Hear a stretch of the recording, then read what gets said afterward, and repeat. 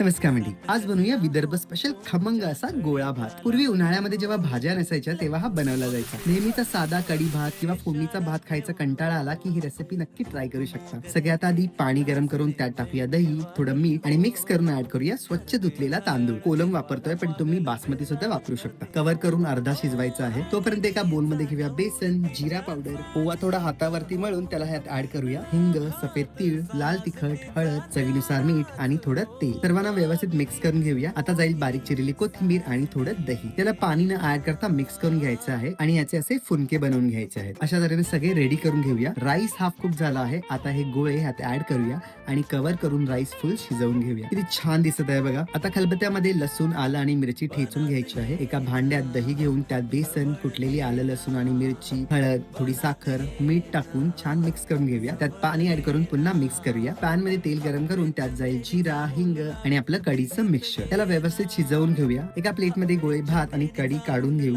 तडक्यासाठी oil गरम करून त्यात जाईल लसूण, हिंग आणि सुखी लाल मिर्च आणि हा तडका जाईल आपल्या भातावरती आणि रेडी आहे आपला खमंग असा गोळे भात आणि कढी ताव मारण्यासाठी. तुम्ही पण ट्राय करा ही रेसिपी आणि मला सांगा की कशी वाटली.